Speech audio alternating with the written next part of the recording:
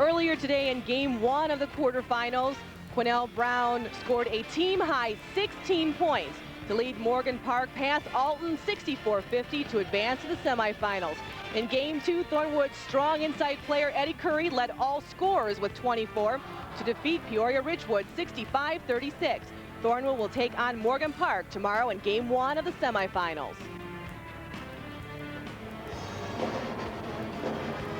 Welcome to Carver Arena in Peoria, Illinois. It's the third game of the quarterfinals for the IHSA Boys Class AA State Tournament. The defending state champions, the West Aurora Blackhawks, will take on the Schaumburg Saxons. Hello everyone, I'm Lisa Prati with the IHSA Television Network. This is the fourth time in 6 years that the West Aurora Blackhawks have made it to a state tournament. Last year they defeated Westinghouse to become the 2000 Class AA champs. It was Gordy Kirkman's first state title in his 25-year head coaching career, and they're hoping for back-to-back titles. For the Schaumburg Saxons, well, they were here back in 1999 when they went 2-2. They lost in the third-place title game to King High School, and head coach Bob Williams is hoping for his first state title in his 10-year career. We will soon find out who advances to the semifinals tomorrow afternoon. For more on tonight's game, here are your announcers, Dave Bernhardt and Bill Hitt. Thank you very much, Lisa, and it's a pleasure for you to join us tonight. We think we've got a great matchup here in the third quarterfinal game of the day. Of course, West Aurora comes in 27-3. The Saxons from Schaumburg 26-3, but the similarities run deeper than that, Bill. Yeah, both of them like to play an up-tempo game. They're experienced veteran clubs that play a lot of man-to-man. I think we're in for a great game. Let's take a look at how these two teams reached Peoria. As far as West Aurora is concerned, they were the #2 seed in the Hinsdale South Sectional, got by Bennett Academy and then Neuqua Valley, and then a rugged win over St. Charles East in the Super Sectional. As far as Schaumburg is concerned, they got their biggest scare. You see it there in the opening game of the Conant Sectional, winning in overtime before rolling over Rolling Meadows and Zion Bent. So we come here tonight, as Lisa said, West Aurora, defending state champions. One of the players that was a main cog in that state championship team is back, Jamal Thompson. Jamal Thompson is a very versatile player. He's an excellent defender, a slashing scorer with three-point range, and he makes his teammates better. For Schaumburg, they have a gentleman that is just as familiar with this Carver Arena floor. He was here 2 years ago as a sophomore. He's now the senior leader, Mark Pancratz. Mark Pancratz does the same things for his team that Jamal Thompson does for West Aurora. He makes his teammates better. He's a prolific scorer and a great defender. Okay, so you come here, you've looked over your scouting reports. These two teams both come from the Chicago area, so they know each other fairly well. How about the keys to tonight's game? Well, I think that both of them love to play up-tempo. I think a key for Aurora West will be how they choose to run. They need to run off of turnovers, but I think they have to be a little bit patient offensively. A second key for them will be to keep a great shooting Schaumburg team off the free throw line. They're not real deep, or West is not real deep. If they put Schaumburg on the free throw line, it won't be good for them. And I think a third key for them is how their freshman point guard, Jay Thompson, handles the pressure down here. On the other hand, Schaumburg, they've got an interesting matchup. Pancratz has got to be able to defend Jamal Thompson without getting in foul trouble. They have to make sure they limit Aurora West's runs. And the third thing is they have to attack the inside. This game tonight, this tournament tonight, celebrates 50 years of televised history here of high school basketball in Illinois. So make sure you stay with us through this entire tournament. We'll bring you some classic moments. And we will bring you the starting lineups and the opening tip. But first, this word from your local station.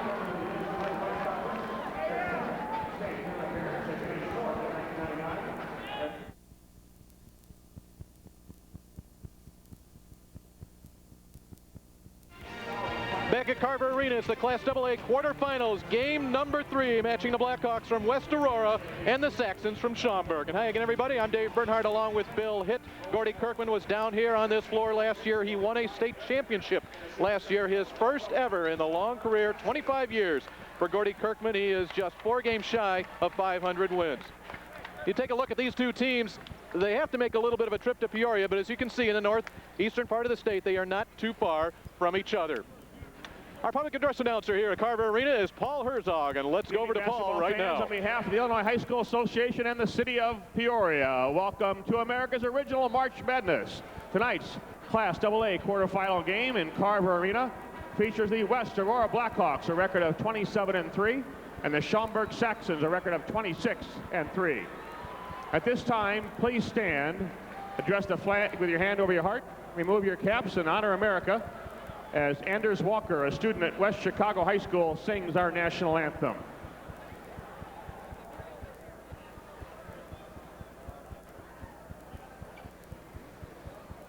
Oh, say, can you see by the dawn's early light what so proudly we hailed at the twilight's last gleaming, whose broad stripes and bright stars through the perilous fight o'er the ramparts we watched were so gallantly streaming, and the rocket's red glare, the bombs bursting in air, gave proof through the night that our flag was still there. Oh, say does that star-spangled banner yet wave o'er the land of the free and the home of the brave? And now let's meet the teams for this quarterfinal contest. For the West Aurora Blackhawks, a 5'9" sophomore, number 5, Marquise Hubbard. A 5'10" sophomore, number 11, Jesse Brown. A 5'11" senior, 13, Mark Watson. A 6'1" junior, number 15, Joe Rokop. A 6'2" junior, number 25, Thurston Hill. A 6'3" sophomore, number 41, Mike Soderlund. A 5'11" sophomore, number 43, Greg Shackelford. A 6'3" sophomore, 51, Dan Reel. A 6' sophomore, 53, Mike Glock. And a 6'8" junior, number 55, Patrick Kruger. Now let's meet the Saxons of Schaumburg. A 6'1" junior, number 12, Garrett Bruni. A 5'9" senior, number 20, Kevin Pearson. A 6'3" freshman, number 22, Zach Pankratz. A 5'9" senior, number 23, Roger Hendrickson. A 6'2" junior, number 25, Greg Dorgan. A 6'5" junior, number 33, Brandon Reichel. A 6'7" freshman, number 40, Craig Reichel. A 6'2" junior, 42, Tim Fecking. A 6'2" senior, 44, David Gibson. a 6'9" junior, 55, Tom Burke. And now let's meet the starting lineups. At a forward for West Aurora, a 6'2" senior, 35, Nate Eimer. At a forward for Schaumburg, a 6'4" senior, 32, Scott Zolik.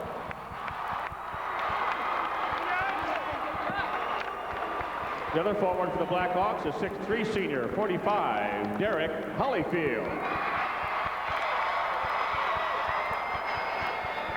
The other forward for the Saxons, a 6-foot junior, number 15, Tony Young.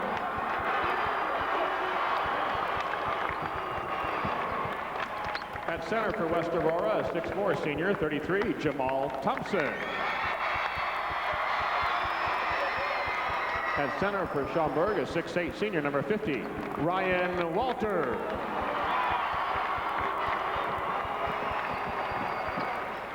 At a guard for the Blackhawks, a 6-foot junior, number 21, Chris Jenkins. At a guard for the Saxons, a 6'3" senior, number 4, Mark Pankratz. The other guard for West Aurora, a 6'1" freshman, 23, Jason Thomas. The other guard for Schaumburg, a 5'9" senior, number 10, James Hahn. Coaching staff. So you've got the Saxons and you have the Blackhawks. The head coach of the West Aurora Blackhawks, Gordy Kirkman. 25 years, a career record of .496 and .212. He has that state championship trophy sitting back at West Aurora from the year 2000.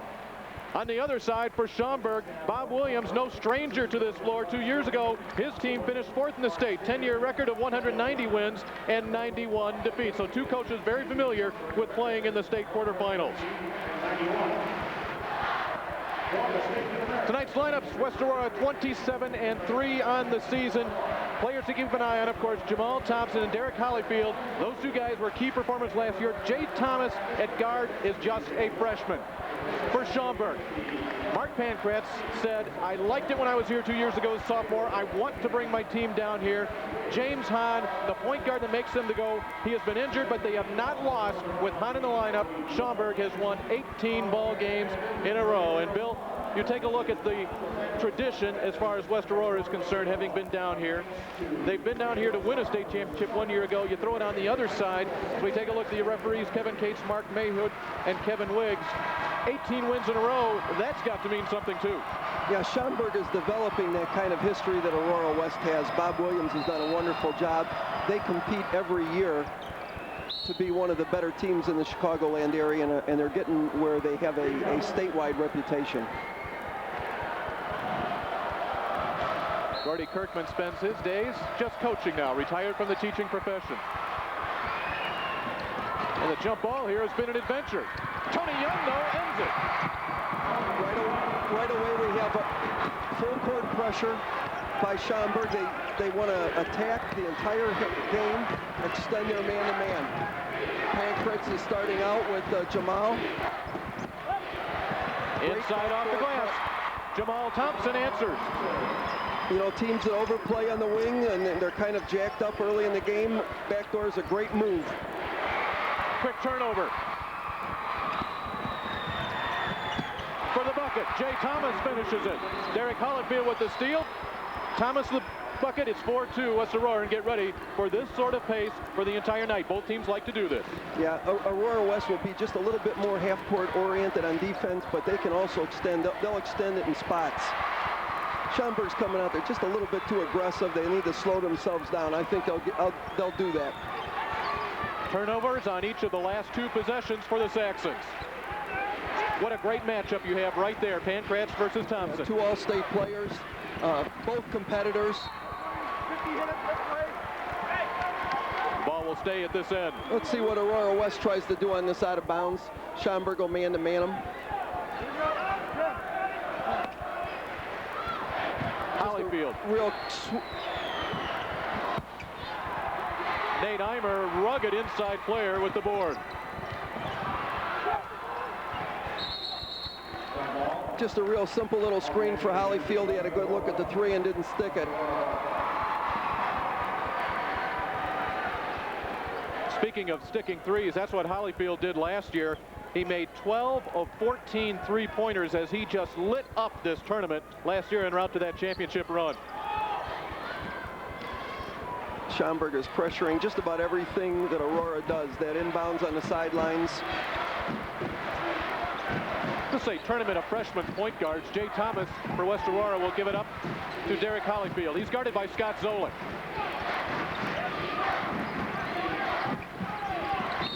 Schaumburg likes the man-to-man, and Woog got a hand check call going against Tony Young.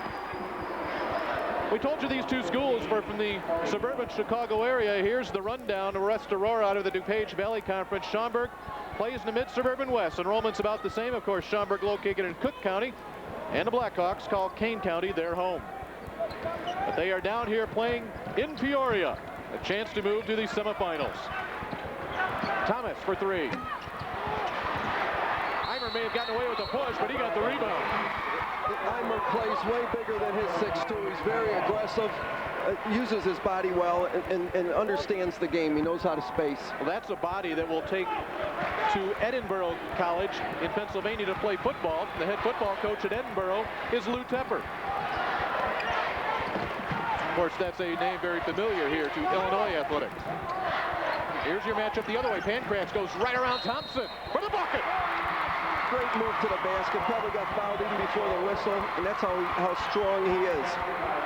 He's able to finish after he gets a good bump. Here's the matchup we were waiting for, Thompson and Pancratz. Yeah, a little bit of split the defenders. Maybe the help side's a little slow getting there. Mark Pancratz, 18 point per game average. He's put Schaumburg on top by a point. Aurora brings those four people into the backcourt to handle that press. We're going to see somebody fly. They'll go deep. One of the ways you can beat that pressure is to just fly someone, and you get a pretty easy basket. Jamal Thompson will make it an easy bucket from 18 feet out. He's got 4 points, and it's the West Aurora Blackhawks on top by a point.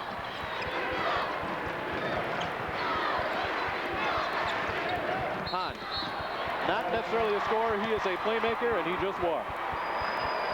James Hahn averages 4.4 points per game. That guy is a warrior.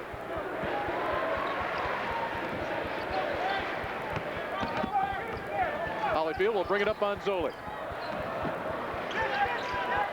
You know, Schaumburg's a little deeper than Aurora. Good turnover there. Zolik on Thompson, and it's a charge. Has a real smart play on Jamal Thompson's part. Schaumburg a little bit deeper. By pressing like this, one of their goals, I think, is to maybe wear out Hollyfield and Thompson, make them work so much to get the ball up the court that they're a little less effective underneath the basket. We will expect to see 10 different Schaumburg Saxons in this game in the first quarter.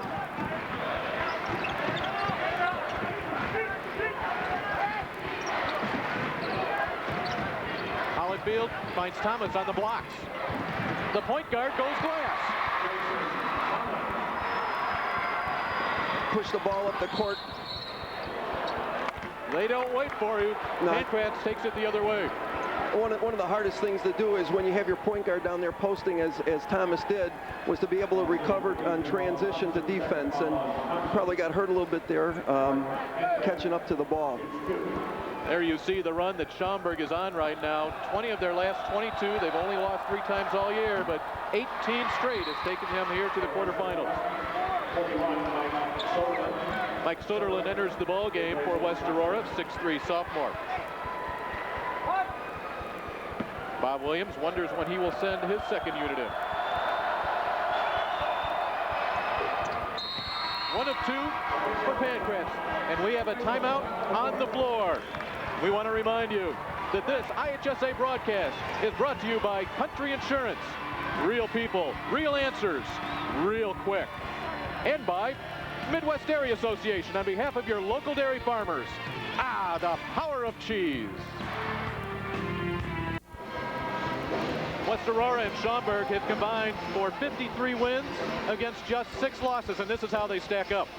Well, they stack up real even, and Schaumburg, as I said earlier, likes to push the ball, scores a little bit more, but in almost every other category, you can toss them up. Height, rebounds about the same, although Aurora West a little bit stronger on the boards. We said Schaumburg was the #1 seed in the Conant sectional. West Aurora, the #2 seed at Hinsdale South, behind Downers Grove North. The Blackhawks with the ball in the 2-point lead. Soderlund trouble, Pankratz with the foul. That's a tough call. That's just aggressive basketball, getting down. Fouled them going for the ball on the ground.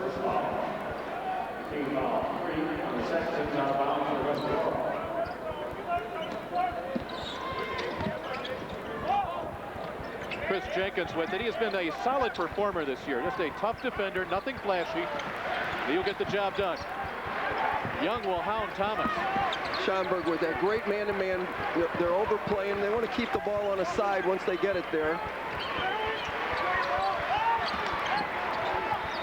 Holyfield, 3.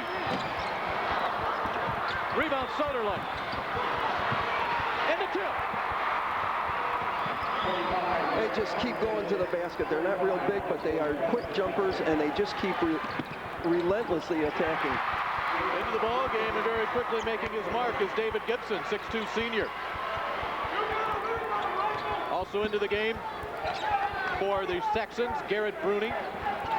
This is Gibson playing the defense for Schaumburg.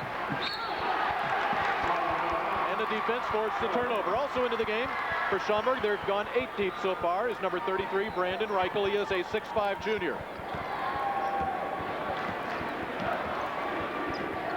Pankratz, the man with the ball, is the man that makes them go. Got a little change in the matchup with Jamal Thompson on the bench. We got Holyfield on Pankratz. Let's see if they try to do anything different to him. Probably want to bring him away from the basket a little bit if you can. Great skip pass, good look. Gibson cannot get the 3, and there goes Holyfield for the board.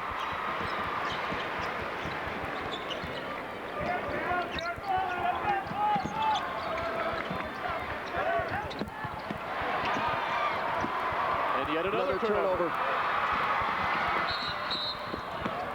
That is the 4th turnover already for West Aurora, and we exchange it on the other side with number 5 for Schaumburg. I don't know if I saw that. It looked like he shuffled perhaps his feet before he made the pass. Schaumburg continues to deny just about everything inbounds that Aurora West does, although that was more token than an actual outright denial. Look, that's a great defensive job, Dave.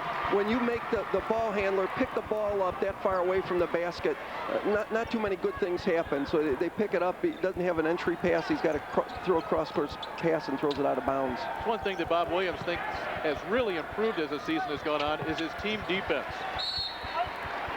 In fact, in their last 5 games, Schaumburg has allowed only 47 points per game.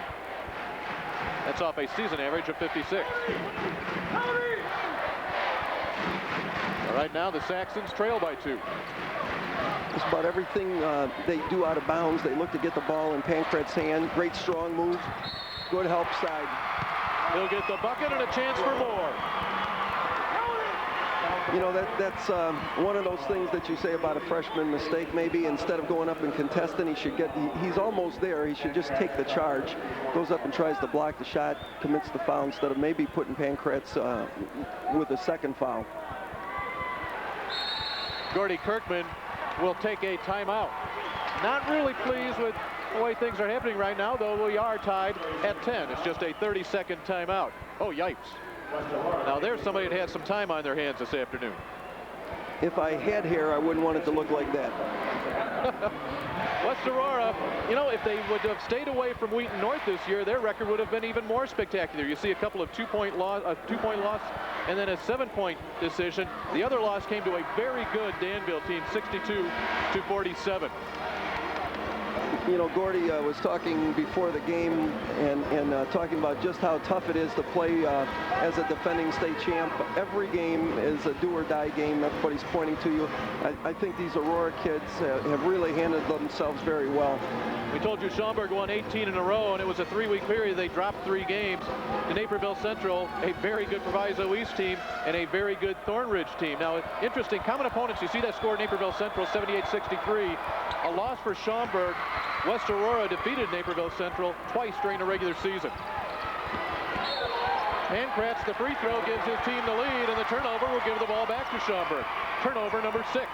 You know, that was really an unforced one. Pankratz was confused on who he was guarding, so no one actually had the inbounder. That happens when you start playing faster than you need to go.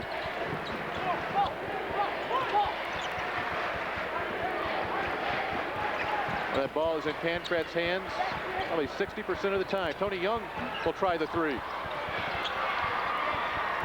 Brandon Reichel on the tough rebound.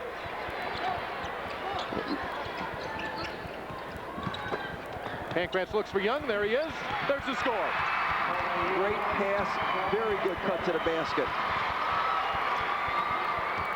5 straight points scored here by Schaumburg.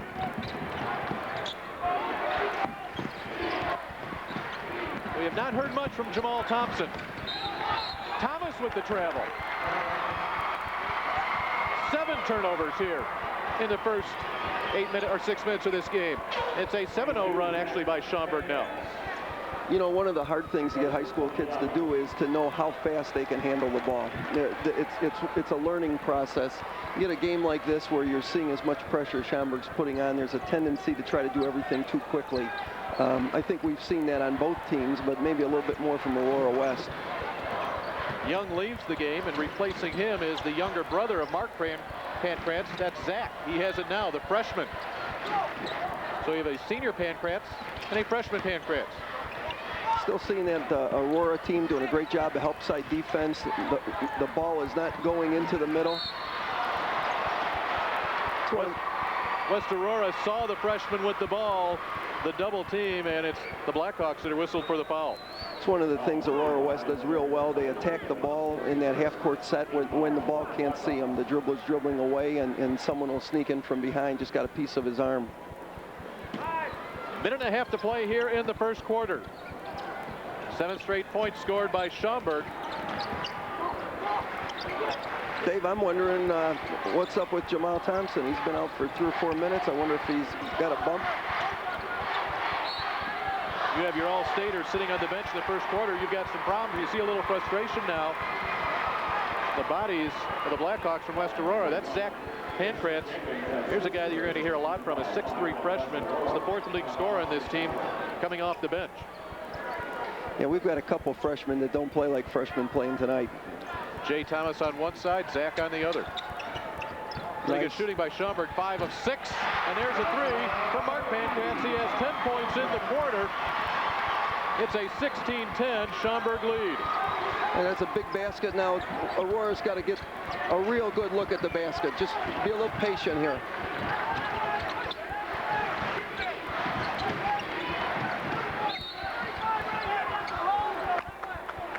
The hold will be called against West Aurora. Nate Eimer tried to seal himself off. Yeah, he got caught that time, but he does that real well and uses his height and his size to the best advantage. Did a wonderful job in the super sectional against St. Charles, holding a 6'6" big man to about 5 or 6 points under his average. Mark Watson comes into the ball game for West Aurora in the final 55 seconds. He will give Chris Jenkins a breather. Pankratz holds up the one finger.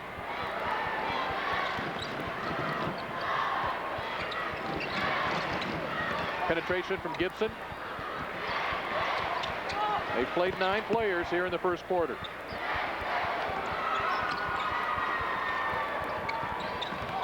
Looking to score if they have it. Zach Pankratz inside. Eimer had it, lost it, now a foul. It looked a little bit like a rugby scrum underneath there. Here comes Jamal Thompson back to the scorer's table. They're going to want to run something to get the ball in his hands for a last shot. That's a very important 27 seconds here for West Aurora. They're working on a 10-0 run by Schaumburg. They need something here to give them a little boost heading into this break. Look at how versatile these guys are. You got Hollyfield, who's their big man, handling the ball against that kind of pressure. They're looking for a last shot. Thompson to move on the baseline. Eimer the putback. Still time for Schaumburg. Pancratz. That will finish out quarter number 1. Schaumburg 16, West Aurora 5 in the state quarterfinals. We'll be back to Carver Arena after these words from your local station.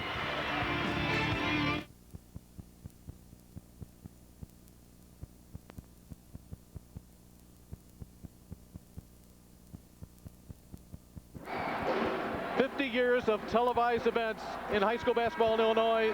One of the classic people right here. That's Isaiah Thomas, and anybody who lives in the Chicagoland area and probably in the entire country knows Isaiah Thomas. He electrified the Assembly Hall with a number of outstanding performances. Lockport, St. Joe's Westchester. Yeah. It didn't end in St. Joe's favor, though. I think Lockport that year finished 31-0 with a really awesome titles team. Blackhawks down by 4 with it to start quarter number 2. Chris Jenkins on the shovel inside. Jay Thomas has 6 points. And we're going the other way. As we are talking, as anybody does down here at the state tournament, you talk about runs.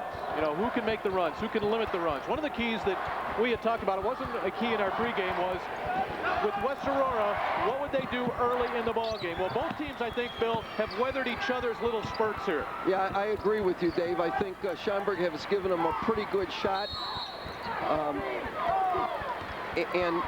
Aurora is probably not as fundamentally sound with the ball as Gordy Kirkman would like, but I think they're starting to settle down.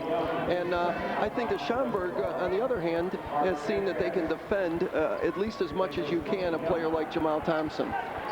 Tony Young picks up his second personal foul, and so Mark Pancratz to replace him. Also into the game for Schaumburg, another freshman, 6'7" Craig Reichel. Aurora runs this little out of bounds play where they look to screen either to the left or to the right for Jamal after he inbounds the ball. Schaumburg did a great job defending that. They just fought through the switches. Thomas works on Gibson. We're tied. You know, I think one of the big things so far in this game is that Jay Thomas has really played a good first quarter, first 10 minutes. He's had a lot of poise with the ball, hit some big shots. He leads his team in scoring now with 8 points. So what was a 16-10 Schaumburg lead, all dead even at 16 apiece. Popping up top, Scott Zolik. He is the three-point threat for the Saxons. Thompson on the pull-up. That's Aurora looking to run.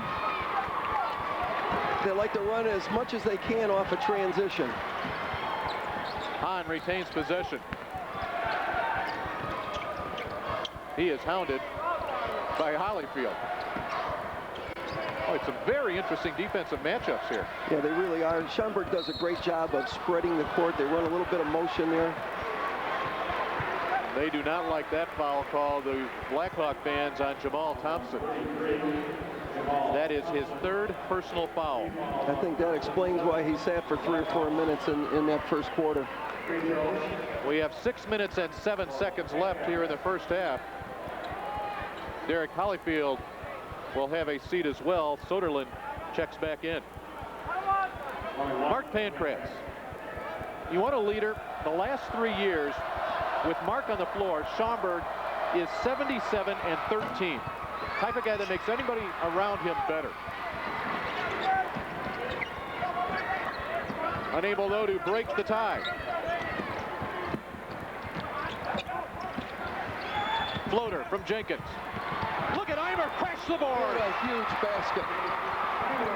There is no quit in him.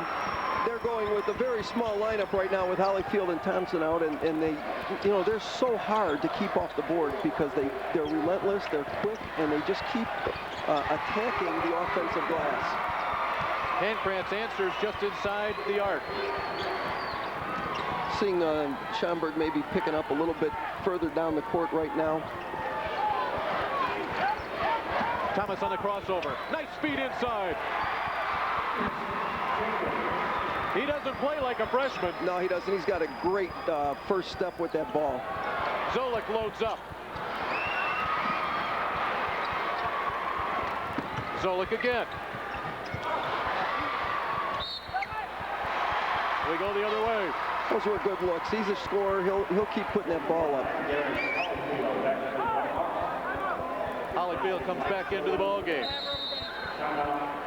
Bob Williams wants a 30-second timeout. 5:02 to play here in the first half. Biggest lead, 16-10 for Schaumburg.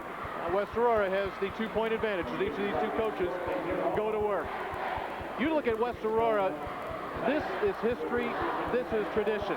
Back in 1928, runners-up with an 18-9 loss to Kent. Axelson, Dorsey, it just keeps on coming at West Aurora. Bob McDougall, of course, 76, we'll be talking about that all weekend, the runner-up to Morgan Park. And then Gordy Kirkman, third place in 80 and 84, 97, a loss to Peoria Manual, and then last year on this floor, in a game that a lot of people said it wasn't going to be West Aurora, the Blackhawks brought it home, 60-57 over Westinghouse. The city of Aurora claimed their first state basketball championship. That was a good timeout by Coach Williams. They lost a little bit of their momentum. They started to reach a little bit on defense, just to kind of get their focus back defensively. So that what they have to do is they got to keep Thomas from penetrating in the middle.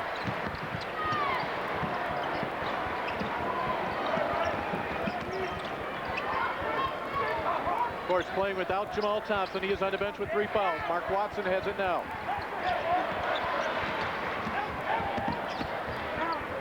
Thomas. Great help side defense there, stop the penetration.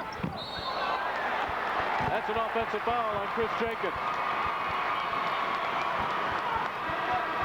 We have a timeout on the floor.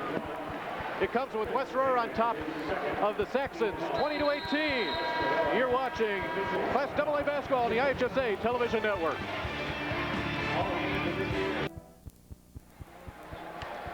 Things are cooking inside Carver Arena. The West Aurora fans having a great time of it. The Schaumburg fans up in the upper levels, they are enjoying it as you take a look once again at West Aurora. Of course, later on it will be Moline and Lyons Township in the final quarterfinal game of the day. Of course, stay right there. We'll have that for you.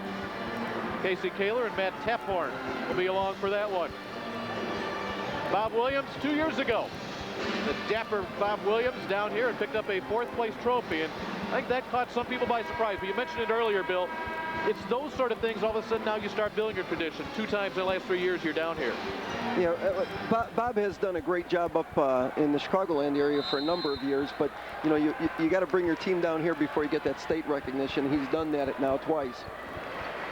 James Hahn will bring it up, looking for a tie.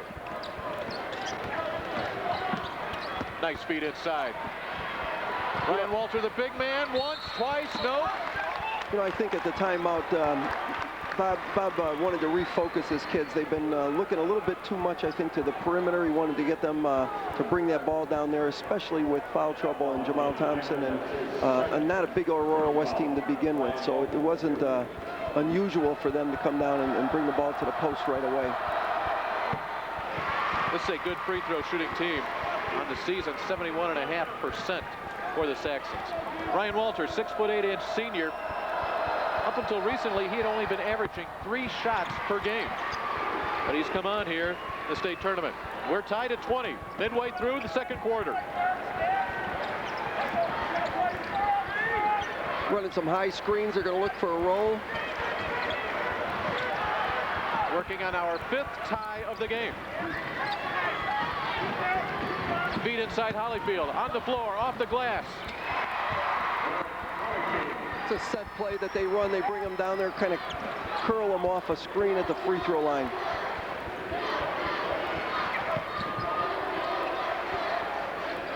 Hahn hounded by Watson. Pankratz spots it. Walter, biggest man on the floor, will pull it down. Penetration from Hahn. And another hand check, little push going against West Aurora. James Hahn, number 10. I mentioned earlier he is a warrior. You see that big brace on his right knee. This young man last year, at the end of the year, completely tore his anterior cruciate ligament. He missed the last 6 games last year. He's missed 10 of it this year. He stretched it in the 2nd game of the season. He said, no, I'm not going to have surgery. I'm going to rehab. He did. Well, through the course of the season, playing through that knee injury, he's also had a severe ankle sprain. He got a broken nose and then 6 stitches in the head. Not all at the same time. And here he is playing the state quarterfinals. And he hits 1 of 2.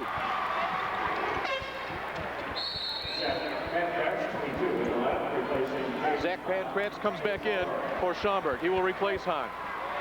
You know, a little uncharacteristically, the Saxons are struggling a little bit at the free throw line. I think they're going to improve on that as the game goes on. If that happens, I think with the foul situation, they're going to put a little bit more burden on Aurora's bench. West Aurora fans wanted contact all the way down the floor. Finally, they got it. Gibson was on top of Holyfield. You know, it's interesting. You say they're struggling at the free throw line. They're 6 of 9.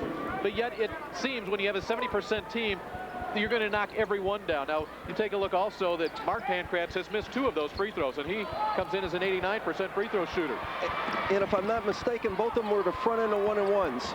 So that's why you struggle, because it's not just that one. You're missing the second half of that.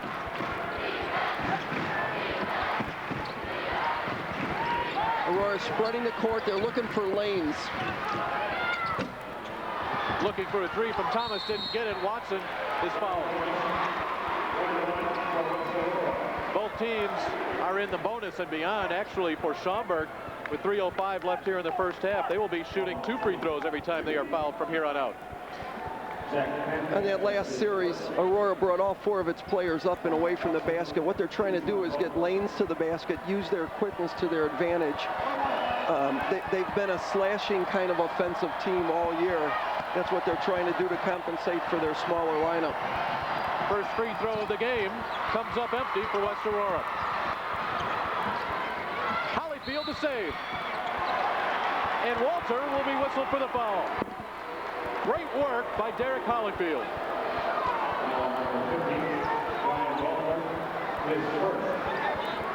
You have to love the intensities that these kids are playing with on both sides of the court. Kind of asking no quarter, giving no quarter.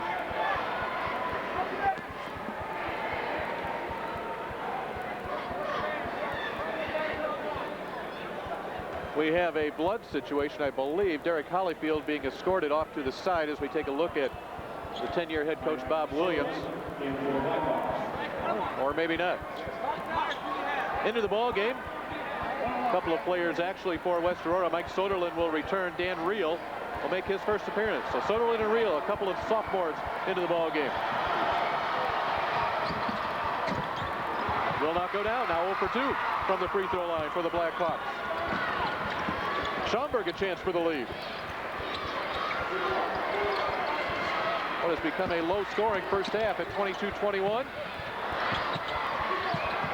Pankratz works inside. Great block down there. Here comes Jenkins. Bruni on him. And the thing you had to love about Chris Jenkins, he was flying down the floor, glancing over that right shoulder, looking for a trailer of some sort. Nobody was there. He says, I'm going all the way to the hole. Let's take a look. Good strong move to the basket. You know, if you got nobody in front of you, got them by the side, that's what you're coached to do. Take the ball to the basket, make them foul you, get it up on the glass.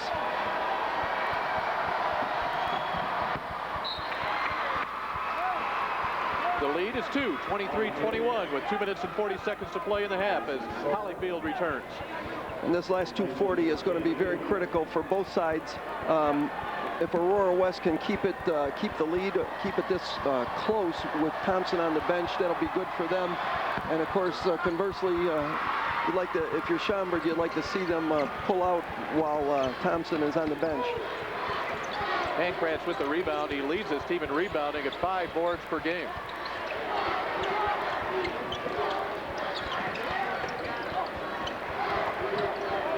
Brandon Reichel with it, and a whistle away from the ball. And does this go against Zach Pankratz? Yeah, extended his arm on the screen. You can take up a lot of room, but you're not supposed to extend your arms. Second foul on Zach. Both teams now will be shooting super bonus. Take a look at that. 20 fouls apiece, or 10 fouls apiece, 20 in this first half here. You know, it's been a very physical game, and part of it is just the very intensity. When you are pressing, as Schaumburg did to open the game, you start to get fatigued, and one of the first things you do is start grabbing. So we've seen some fouls on the dribble and off the ball that maybe we wouldn't normally see. Well, Bill, you had Proviso East down here 3 straight years, officiating downstate here in the state tournament. What effect does that have? Do you go into that thinking about it, or how it can be a factor? You know, a lot of coaches do. I honestly never did. I shouldn't say never did, but maybe the last 4 or 5 years that I was a head coach, I just really tuned it out. I would want to know if they called a lot of stuff off the ball. That would be important to me, but it was hard enough to coach and not worry about the officials. So I really just tried to focus on preparing my team and attacking the other team. This is quarterfinal game number 3 here on a Friday here in the state tournament action. Game number 4 comes up next. Lyons Township and Moline. The Maroons from Moline 25-5. Lyons Township, they survived a pair of overtime games in their last 2 games in the sectional championship game and the super sectional. They'll get it on here immediately following this quarterfinal. You know, Dave, what's happening right now with Aurora West defensively, they are just making it miserable for Schaumburg to make a pass from the point to the wing. They're overplaying that wing quite a bit, and as a result, you have Schaumburg running their offense from about 25 or 30 feet from the basket. There is your website for everything in the state of Illinois as far as athletics are concerned. Follow all the preliminary rounds here in your favorite sport, any sport. All you have to do is log on to IHSA.org. It's all right there. Schaumburg has been stuck on 21 for a while, trailing by 2. 2 minutes left, first half of play.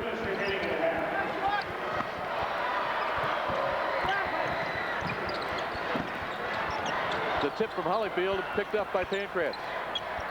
And I think Schaumburg needed to do just what they're doing, slowing themselves down a little bit. How did Mark Pankratz get through that? He's got it for 14 points, 14 of his team's 23, and we're tied at 23. The 6th tie of this first half. Hollyfield can't get it to go here in the year 2001. We said he was 12 of 14 from 3-point range in the state tournament last year.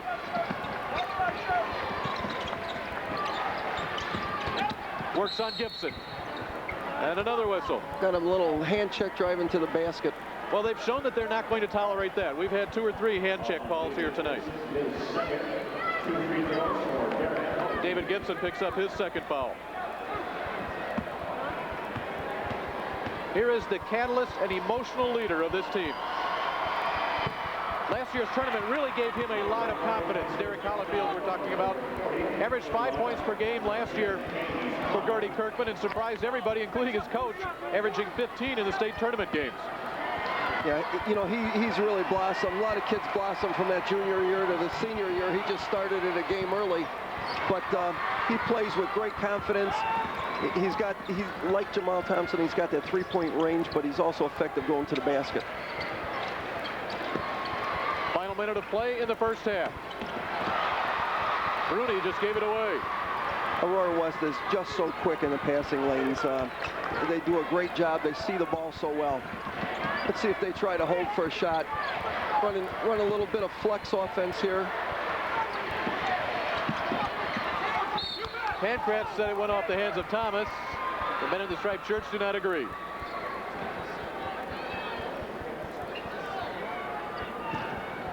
was a great matchup right there. Pancratz and Hollyfield. Ooh, Jenkins walked, yep. Got to catch it, turn your head, and bounce it. Turnovers even at 10 apiece now. We had that one flurry in the first quarter. Still, it's a significant number. Lots of fouls, lots of turnovers, and it's a one-point game. Let's see if they're going to hold for one shot. A pair of Reichel brothers on the floor for Schaumburg. My guess is it will end up in the hands of number 4. There he is. Now Hahn. Going to run a curl here for Pancratz to the top. There he is on the wing. Steps behind the line. Fires. Rebound Soderlund. One last attempt. Can he get it off? Nope, they'll say you are. He traveled before. He did. Yep.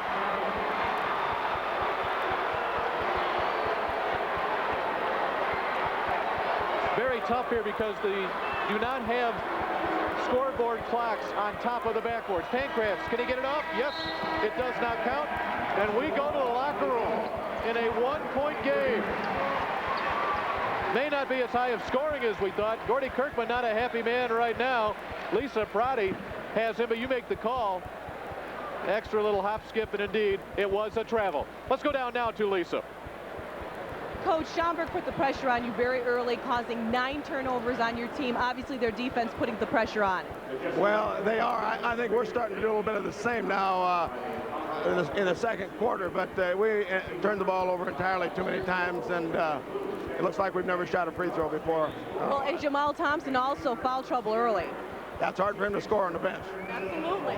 So, but the players that you're putting in right now obviously are getting the job done because you are up 24-23. Well, I don't know how, but yes, they are. I think they're working pretty hard out there, but we're still playing too careless, and we got to do something at the free throw line when we go up there.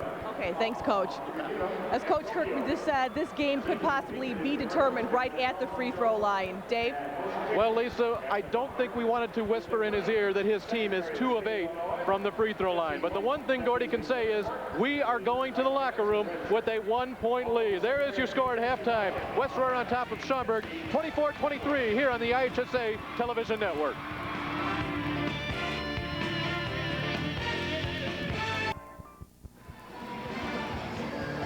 Half right now, West Aurora in the lead, 24-23. And right now joining us is the Jesse White Tumblers, doing a fantastic job. We'll leave you and show you a few moments of the Tumblers.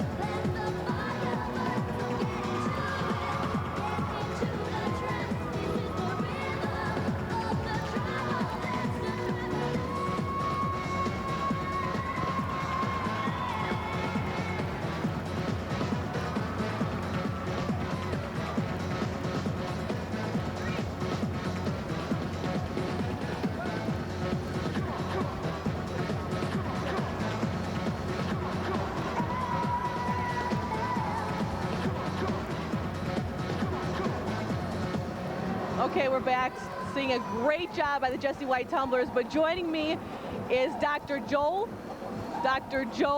Michaels, as well as Jay Bryan, and they are part of the 1976 team, West Aurora, Morgan Park.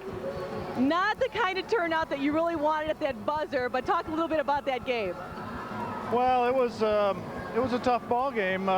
We had a 9-point lead going in the final quarter and really felt like we should have won the game, but we made some mistakes down the stretch, and it turned out that through a couple of miscues and errors that Laird Smith came up with after the jump ball, and he turned around and threw a desperation shot in it, and it hit nothing but net. And I think that was one of the only times they led in the entire ball game, was that last second. And Jay, I know in that game you scored 14 points, but if you look back at that, with the rules that have changed now, it wouldn't have necessarily been a jump ball. It could have been actually put out of bounds. I never did like the alternate possession, but I think I would have liked it that night. Again, he made a great shot, and I thought we almost dominated the whole game except for about the last 2 or 3 minutes. But that's basketball. You got to take what comes to you. And fortunately for Morgan Park, they played a little bit better at the end than we did. So what's the experience, do you believe, for the kids now for West Aurora to be here downstate, as well as for Morgan Park, because they played earlier today and they advanced? Well, it's a great experience. I've been coming since '73, ever since Jay and I both had older brothers that played on a West team that got third in '73. And I know about Jay, we've been here every year, haven't we, Jay? We really have. And I brought my 8-year-old son, and I'm going to bring him every year. This is his 3rd year. And it's just a great experience for the people around. And West Aurora has great tradition. As you can see, the people up in the stands, we bring people, and we want to build kids when they're younger to believe they can get down here. Well, you are the head coach at Rockton Hononegah, so this has to be, do you know if you have actual players that are here tonight just watching the game, even though you didn't make it down? Yeah, we do. We brought some kids down here just so they can get the experience and hopefully someday make it down here. So talk to us a little bit about the fact that there is such a crowd from West Aurora, and they're just hoping for back-to-back titles. Well, it's always a great a community to support basketball, not only West Aurora, but East Aurora themselves. And it's just great. When you're coming out on the floor, I can remember Jay and I running out on the floor in the assembly hall and seeing that sea of red and blue. You don't even run on the court. You are floating on the court. You're just that jacked up. It's just a tremendous spirit. In West Aurora and East Aurora, they have great support for their basketball program. Well, I believe it's a big adrenaline high for all these kids, as well as for you guys to be out here watching this. Right now, we're at the halftime. The score is 24-23. West Aurora is in the lead. We'll be back right after these local messages.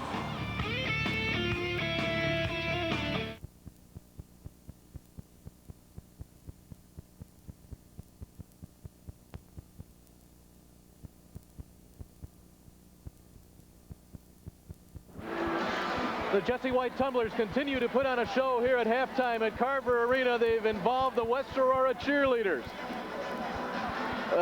And another. Well, that's what it's been in the first half. We've had a show here as well. Welcome back to Carver Arena, the Boys AA State Basketball Championships. I'm Dave Bernhard. This is Bill Hitt. And Bill, I think we came into this ball game maybe expecting a little bit more scoring. We knew there was going to be some solid defense, but it's been tenacious defense that's kept this score down. Yeah, I really think that I expected a little bit more scoring from both sides, but they are so intense with their defense that I think they're hurrying offensively. Free throws, a story. We had mentioned that West Aurora had not shot any free throws, until about the midway point of that second quarter. You listen to Gordy Kirkman, he says, I don't know if we really should have shot any, because they certainly did not knock them down. Turnovers have been a big story as well, though I think both teams have settled down a little bit with that. Yeah, I would agree with that. The free throws have hurt Aurora West, and as I said earlier in the broadcast, Schaumburg missed a couple front ends when they were on a little bit of a run that hurt them. How about being able to survive Jamal Thompson's absence for what, probably 10 to 12 minutes here of this first half? Well, I think that's huge for Aurora West. It's got to give them a great deal of confidence, and really the kids they played off the bench did a tremendous job of making Schaumburg hurry their offense. So they've got to feel pretty confident. In almost every game, the first couple minutes of the half are telling, and I think in this game in particular, it's going to be very important. Jamal has sat now for a major portion of the half. He knows he's got 3 fouls.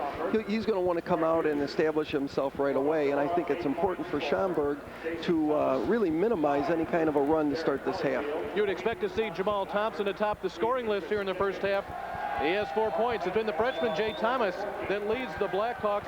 Derek Hollifield a little bit quiet as well. But as you would expect, Mark Pancratz, 14 points, leads Schaumburg. But yet it's West Aurora who leads Schaumburg on the scoreboard. We've got more from Carver Arena following these words from your local station.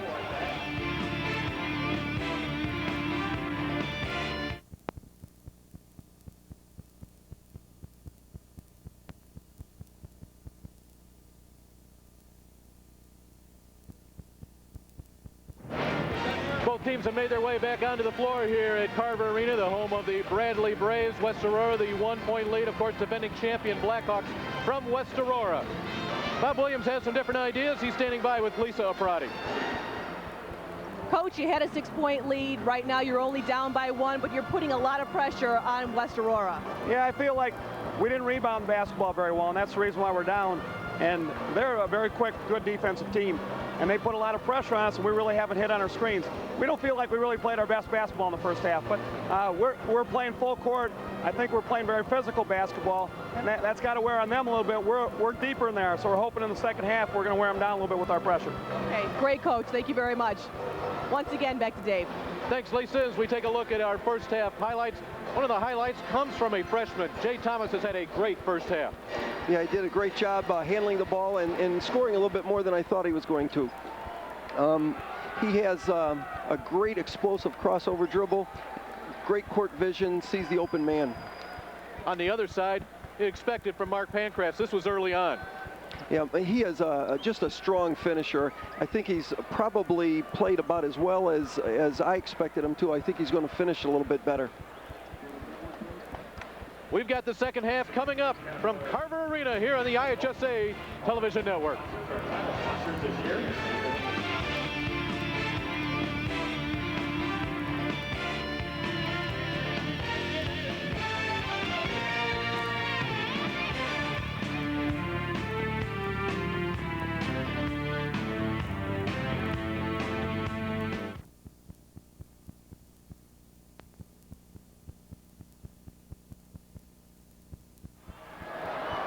Either West Aurora or Schaumburg will punch their ticket into the state semifinals tomorrow. And they will meet the winner of the game to follow this one. Make sure you stay here for that one. Lyons Township and Moline. Saxons down by a point. They'll start the second half, but they'll give it back. Here's Thomas. If you're Bob Williams, about the last thing you want to see is a turnover and a basket on your first possession. Shovel inside. Zolik can't get the spot off the glass. See, Thompson had to back off on that a little bit with that third foul. Hollyfield, Thompson didn't like it. Leans in, draws the foul. Well, back to what you said, the first couple of minutes of a half really establishing themselves. I've got to believe that West Aurora wants to establish that guy, Jamal Thompson, to get him in the rhythm of the game early. Absolutely. You could see Hollyfield with the ball. The very first place he looked was for Thompson underneath the basket. They want to get him as many touches as he can. We're looking at a first-team All-State selection by Illinois Basketball Coaches Association. You know, it'll kind of be interesting. Mark Pancratz played the entire first half, guarded Thompson for a good portion of it, guarded Hollyfield for a major portion of it as well. Thompson is on the bench for several minutes in the half. You just wonder what kind of legs Pancratz is going to have in the second half. It'll be interesting to watch. And still, the free throw line is the place the Blackhawks do not want to be. 2 of 9 from the line. Thompson on Pancratz. Hollyfield looking to catch fire. He's had about 3 go in and out. A 3-point lead for the West Aurora Blackhawks. And so far, West Aurora has misfired on all 6 of their 3-point attempts. On the other side, Schaumburg has made just 1 of 8. Aurora has done a great job pressuring the point guard, just making him make tough decisions with the ball. Hollyfield, they give to Jenkins. Pancratz goes high for the board. There was an opportunity missed for West Aurora right there. They can get from one end of the floor to the other in a hurry, though. Yeah, they can. Aurora's coming out doing a little bit more pressure in the backcourt. Young right down the lane. Great pass from behind. Great transition basket. Schaumburg is back to that full court pressure. Nowhere near as intense as it was in the first quarter, but still making Aurora work to get the ball up the court. Another great backdoor cut by the freshman and a great feed from Thompson. 12 points for Jay Thomas. The lead is back to 3. It could be evened up here. It is! Scott Zolik knocks down the tray. 2 minutes into the third quarter, tied up at 28. Holyfield puts the ball on the floor. And he'll go to the line. You know, both of these coaches are really veteran, skilled coaches. What they're looking for right now is just 2 or 3 defensive stops in a row. They just want an opportunity to get a little bit of a margin. Each one of these possessions is going to be very crucial in the next 2 or 3 minutes.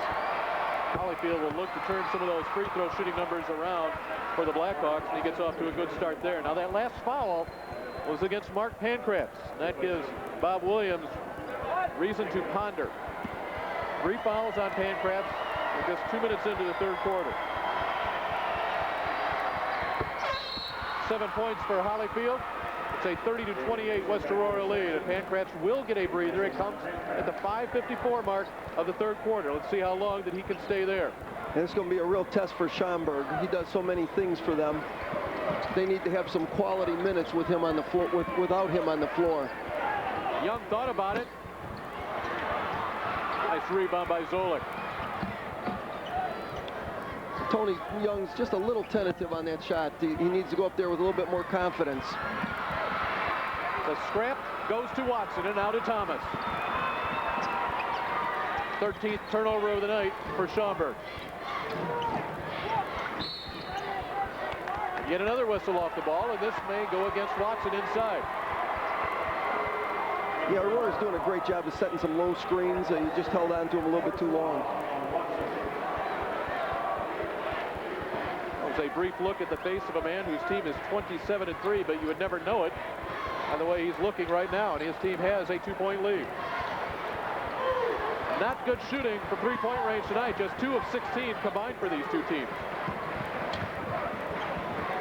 Young has it if he wants it, and he loses it.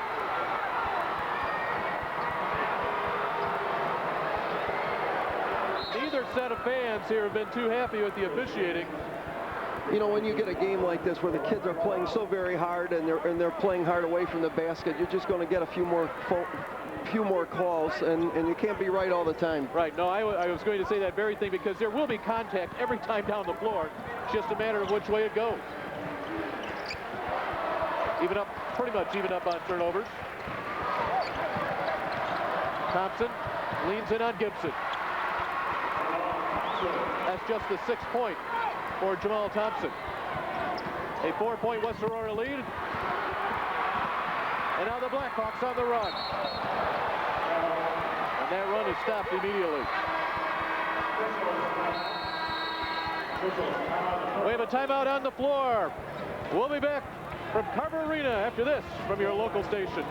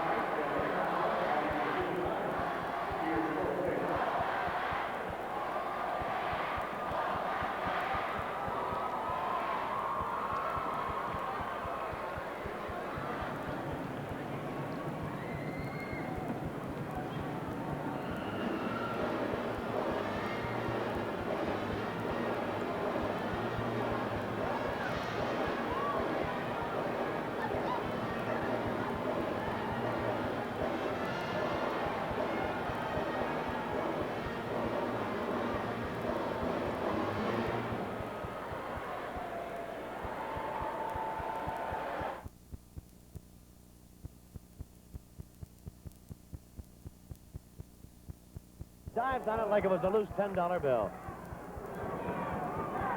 All right, at the line is Jack Darlington with a 1-and-1. He makes the first one, so he gets the bonus shot. 47-41.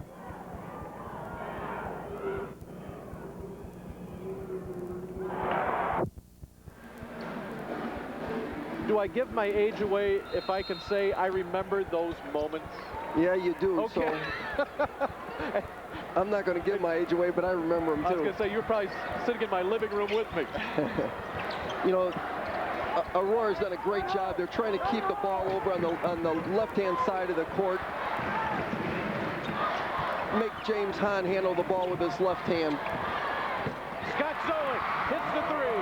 They've been waiting for that. Zolik with 52 three-pointers on the season. They needed it there, and we've got ourselves a one-point game. He has 2 threes tonight. Remember, they're doing this with Pankratz on the bench for Schaumburg. And now a chance for the lead. Oh, no.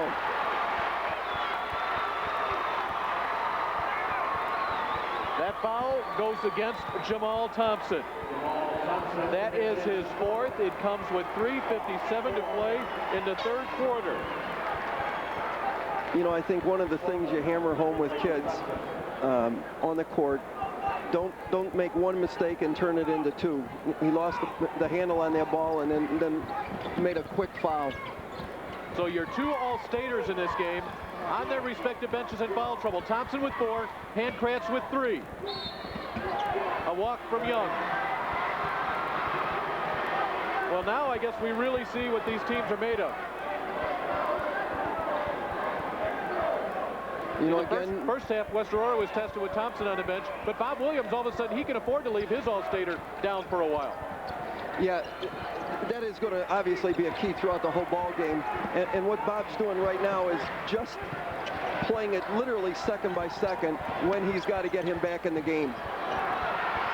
Hollyfield comes up empty. You know, if there's 2 bad possessions in a row, you're going to see him. Hahn and Jenkins up top.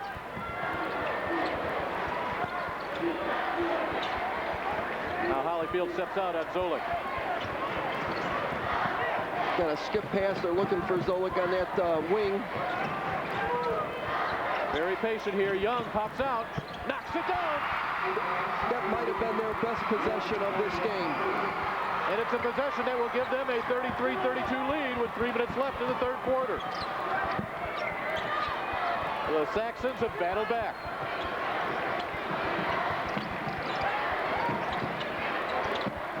Heimer with it. He just sets great screens.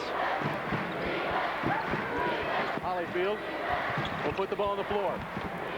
With 1 big hop and glass. Might have got away with that hop, but that was a great move. Now Hahn splits the defenders.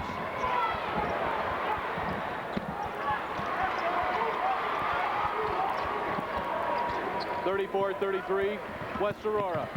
Young pushed by Eimer. Eimer knew that he was not going to get there. You got to love him, though. He plays so hard. He said he's going to go to Edinburgh to play football for former U of I coach Lou Tepper. Young with just a great step to the basket. Eimer gets the body on him and then looks. I didn't do that, did I, ref?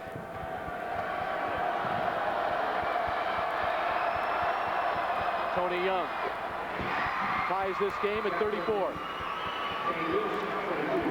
Pankratz returns. It is not Mark, it is his younger brother, Zach. Tony Young working towards his season scoring average. You know, I like to watch Schaumburg. They make those 3 substitutions. All those kids are calling who they're guarding. They're pointing. It's a small thing. It's a huge thing. If you don't know who you're guarding on those kind of changes, it can kill you fast. Back and forth we go on a lead change. 35-34. Schaumburg. 15th turnover occurs when Hollyfield slides his foot. You know, that's where they really miss Thompson. Hollyfield does a nice job bringing the ball up the court, but he just doesn't want to do it every possession. He's got to do it more with Thompson out of the game. Both teams knocking the ball down from the outside. Schaumburg at 48%. West Aurora shooting at a 52% clip. Zach Pankratz. Which way is this going? You know, one reason, Dave, is that they're just slowing themselves down on offense a little bit more, getting better looks. That personal foul is on Hollyfield. That's his 3rd. So you have Thompson with 4, Eimer with 3, Hollyfield with 3. Now Hollyfield will sit down. They'll try to milk the last minute 52 of this 3rd quarter with him on the bench. Yeah, Mark Watson came in for him. He did a great job in the 2nd quarter with his defensive pressure, and right away does the same thing. Enough of the hand of the ball to have it go off of Pankratz's hands. They're really going to look for Aurora West when they get down there to spread the court, try to use some of their quickness, again, to get lanes to the basket.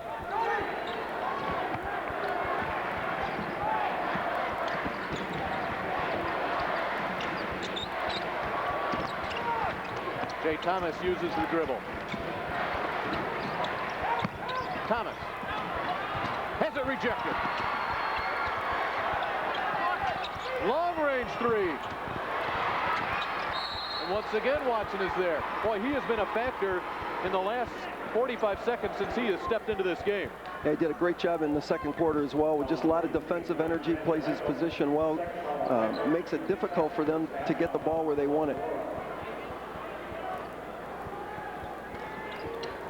Third quarter time remaining. Heimer inside. He shoots a couple. 4 of 11 from the free throw line for West Aurora. That's tonight. On the season, they're a 68% shooting team, and that's exactly where Nate Heimer stands from the line.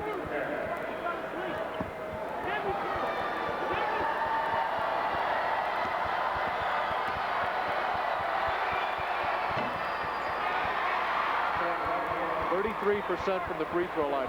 Boy, if West Aurora does not win this game, you would hate to drive back home to Aurora thinking about what could have happened and you knock down even 50% of your free throws. You know, this is probably not the reason, Dave, but free throws in a big gym, when you're used to playing in smaller venues, sometimes can be very difficult. It's just that your sight line is kind of distorted. We're tied again, this time at 35. Young for three.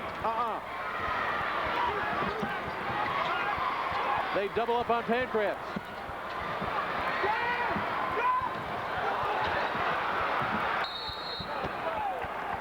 Great work on the floor. Oh, my. You don't think both these two teams want it? That guy right there does. Of course, coming up following this game, we will have the fourth quarterfinal game of the day. That will match Moline and Lyons Township. Earlier this afternoon, Morgan Park advanced into the semifinals, 64-50 win over Alton. And then in one of the most highly anticipated matchups in the quarterfinal round, Thornwood and Peoria Richwood. Well, in that one, Thornwood flexed their muscle in more ways than one and took apart the fifth-ranked team in the state, 65-36, as we take a look at the foul trouble in tonight's game. And indeed, it's a little bit weighted on the West Aurora side. Jamal Thompson picked up his fourth foul midway through this quarter. On the other side, Mark Pancratz has been on the bench for the majority of this third quarter, and that, again, we mentioned that works to Schaumburg's advantage. Yeah, again, it has to. He put a lot of energy in that first half, and being able to sit down for about 4.5 minutes in the third quarter is going to be, I think, a big factor for him, because he's going to play so hard in the fourth quarter. He's going to have to. You heard Lisa talking to Jay Bryant and Joe Michaels at halftime. West Aurora fans love their basketball, and I think they love some of that apple cobbler as well.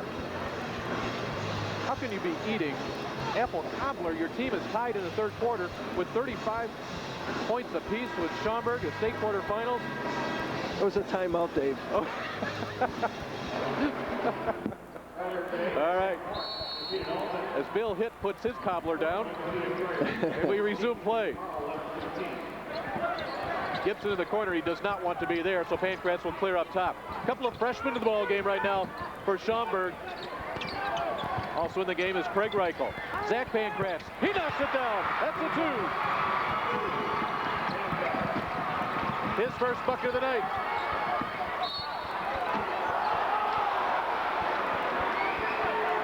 Schaumburg really coming after the Blackhawks here. They have increased the defensive pressure this entire last 4 or 5 minutes of this quarter. They're on a little bit of a roll. I think they're feeling better about their shooting. I have to laugh just for a moment. Zach Pancratz was tired of his gum, so he took it out of his mouth and flipped it our way, and as it was making its arc towards us, he realized what he was doing, had a big look at his face like, oh no, what have I done? Don't worry, Zach, it missed us. All right, we got about 30 seconds here. We'll see if Aurora tries to end this quarter with the ball in the last shot. They get it to Jenkins. in trouble. Eimerstrong blocked away by Reichel. The freshman the block, and now the other freshman with the ball. Winding down, third quarter. Open, Young, three, got it!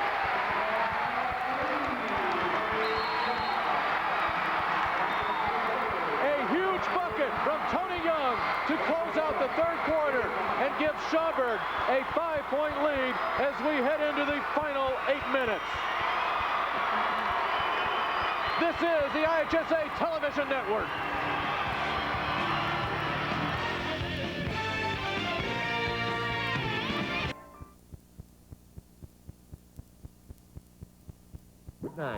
Now they switch him around. Don Berger is only 6'2", a little more of a match.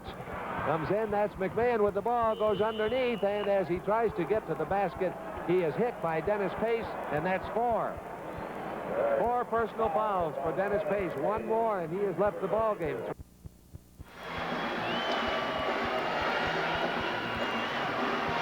Jack Drees on the call. You heard Denny Pace, the K-Hawks, Quincy.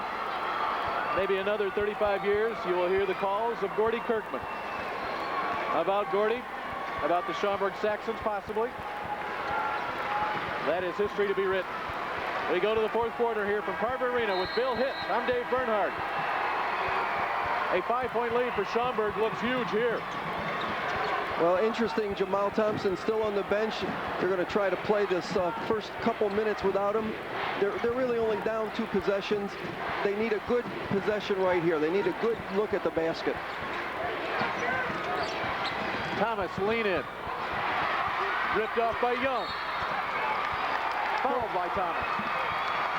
Tony Young has made some big plays on the glass, and of course that 3 at the end of the third quarter was very, very big. Young, a 6-foot junior, comes in as the second leading scorer on the season for Schaumburg at 13.8 points per game. That 3-pointer, by the way, was just his 11th of the season. Mark Pankratz is back in. He will give off to the freshman Craig Reichel. Contact both ways. It will go against West Aurora.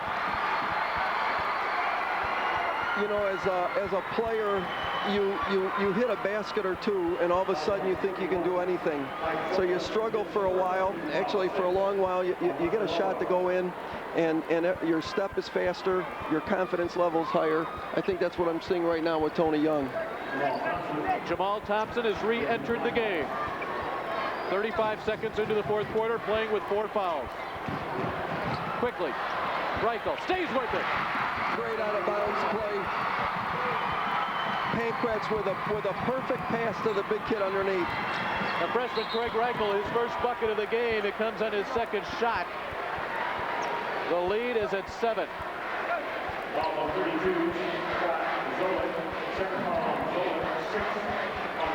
16 fouls both ways. But we will be shooting free throws from here on out.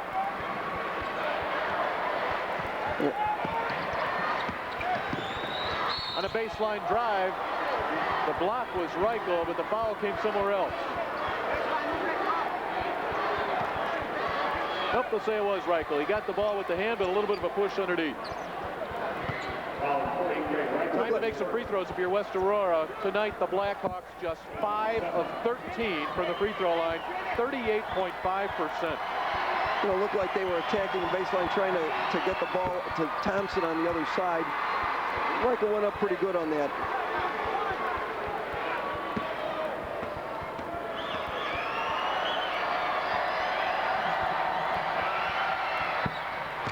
Holyfield has made it a 5-point lead for Schaumburg. They're trapping a little bit on the inbounds.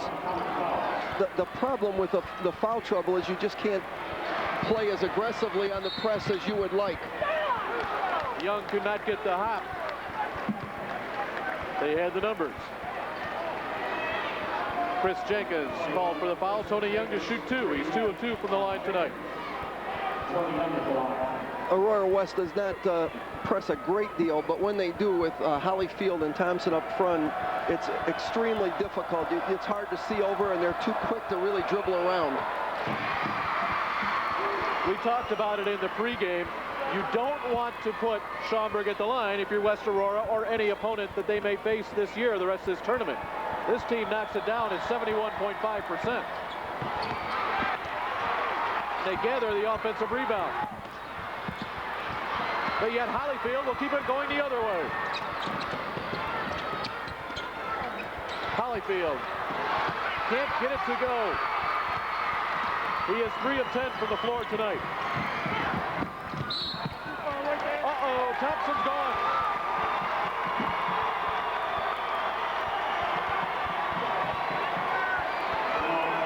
Jamal Thompson averages 19.8 points per game. He leaves with just 6 points this evening.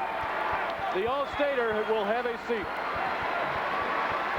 Well, that's too bad. The kid, you like to see the stars of the game stay on the court. He didn't get his body down in time. Tony Young established position on the block, and he tried to reach around him. West Aurora Blackhawks will have to get it together here in the final 6 minutes and 42 seconds.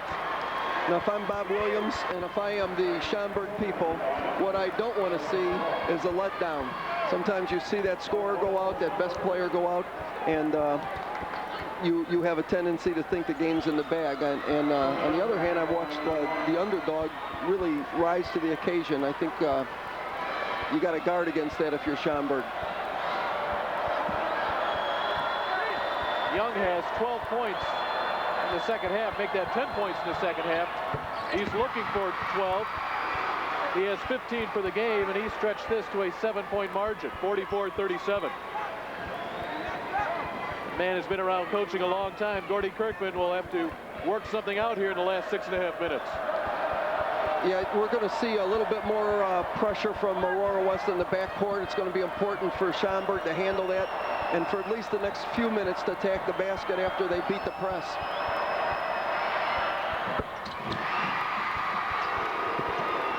(45-37). Soderlund on the run. The defensive pressure is maintained. Now take your time. Going to get a good set. That's a good move on the part of that freshman, Thomas. The magic is not there this year for Derek Holyfield the way it was last year. West Aurora has misfired on all 8 of their 3-point attempts. And Schaumburg now a chance to go up 10. But an offensive foul on Young will stop that.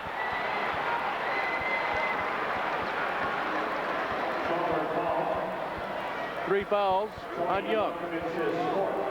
Make that 4 now on Young. 3 apiece for each of the Pankratz brothers. And now Bob Williams will send in 3 new bodies. James Hahn comes in along with Ryan Walter. Also in David Gibson. As Reichel, Bruni, and Young will have a seat. And that was one of the things that Bob Williams thought he had in his favor, a depth on his bench. 30-second timeout on the floor. This is the IHSA Television Network. A couple of teams from different parts of the state hook up in the final quarterfinal game of the day. Casey Kaler along with Matt Taphorn will bring you Lyons Township against Moline. Lyons from the suburban Chicago area, and Moline, of course, the western part of the state of Illinois. So make sure you stick around for that one. Home run ball the other way, well scouted. And a travel against Scott Zolik as he made the catch. You got a break there if you're Aurora West. Kind of miscommunication. That's Schaumburg's 20th turnover of the evening. The story from the arc.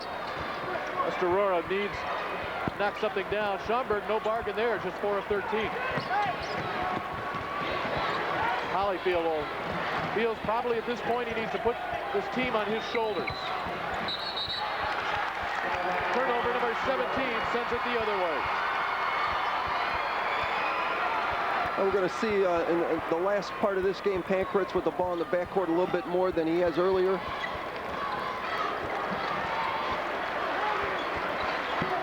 He has it now. 3, Zolik.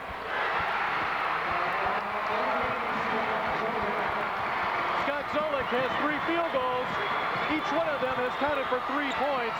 It's an 11-point Schaumburg lead with 5.5 to play, and Soderlund steps on the sideline. It is starting to unravel here for the Blackhawks. Yeah, Gordy's getting a timeout now. He probably needs to really settle his kids down. There have been a couple of daggers stuck tonight. One, Tony Young, a 3 at the end of the third quarter to make it a 40-35 lead. And right now the lead is at 11. Back after this from Carver Arena.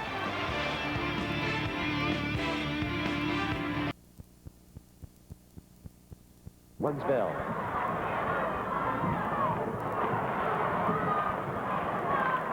Collinsville back to ball control.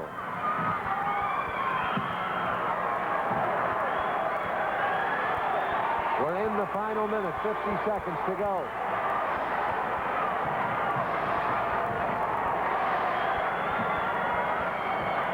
That's the Collinsville crowd, Jack. They can sense a state tournament in the offing, a championship. Well, Bill Hitt, in all your days of coaching the Proviso East 2 state championships, did you run a delay game like that? That was absolutely beautiful. Collinsville, Quincy, put that in a clinic somewhere, even though it came from 1965. You know, I can't honestly say we did. My kids thought if they held the ball for 2 seconds, their hands would explode. Schaumburg looking for more. They have played 10 players tonight.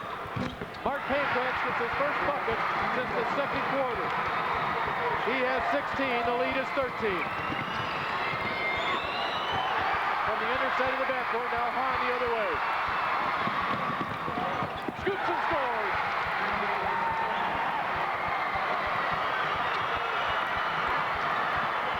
And the Schaumburg Saxon fans are smelling the semis. We still have 5 minutes to play here in the fourth quarter. A 15-point difference. And yet another turnover. Goes the other way. That's a frustration foul there. Get another timeout.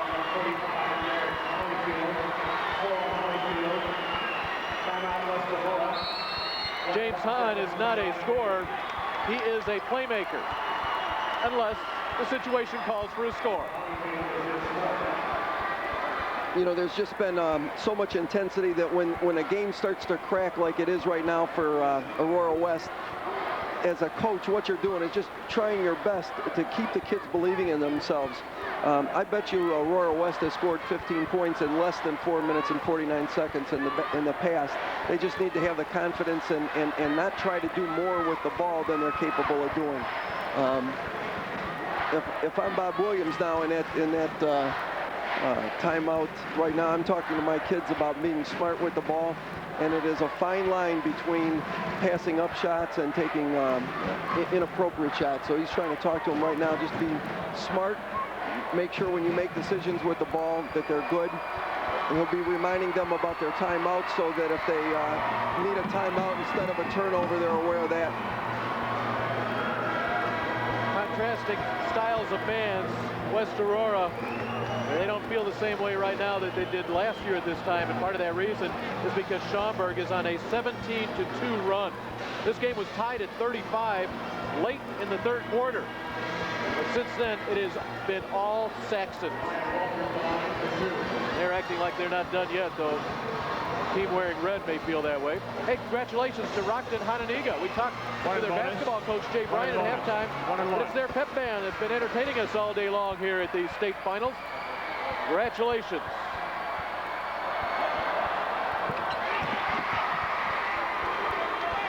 Ryan Walter at the line. He's perfect there in 3 tries tonight.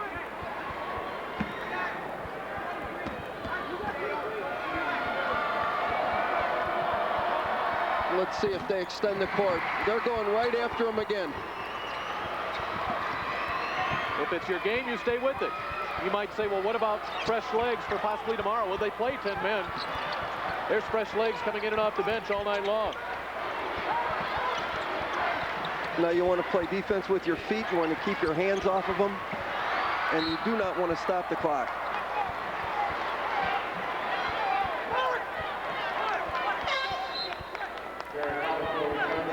Kirkman has run into a buzzsaw here. Hollyfield will come back into the game. Derek Hollyfield tonight 12 points. He and Jay Thomas lead the scoring. Actually, Holyfield with 11 tonight. Thomas with 12.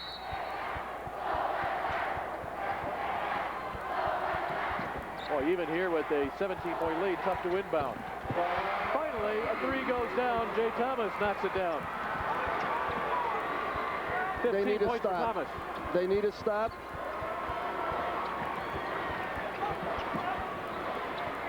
Nearly had to pick there.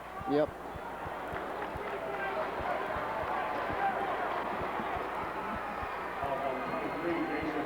Our Midwest Area Association is proud to announce tonight's scholar athlete from West Aurora is Nate Eimer. We talked about Nate headed to Edinburgh to play a little football.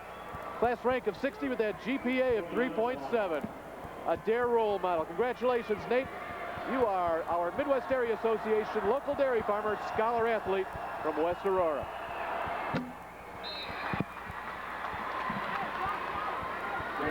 So the first, make that the second best for Tony Young from the line tonight. All right, Aurora just has got to be a little bit more patient. I know with 4 minutes, you got to get it up the court quickly, but they have to get a good look. Tony Young has exceeded his scoring average. He has 17 tonight. He came in averaging 13.8 a game. He's had a great second half, hit some key baskets, and defensively he stepped it up. Got tangled up there with Thomas.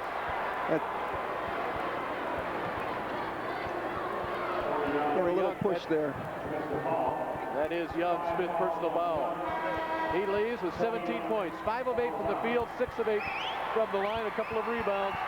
17 points leads his team, so he's not happy about it, but Tony, you did your job in that third quarter and that second half specifically. And Coach Williams now is just, again, reminding him of the game situation. You're starting to play the clock as well as the opponent. They're going to miss him, Young, in the last couple minutes. He had been doing a much better job defensively on Jay Thomas, and without his quickness there, they'll miss some of that. Earlier today, the Alton Redbirds were the opponents of Morgan Park. We honor James Mays, the Midwest Dairy Association local dairy farmer scholar athlete.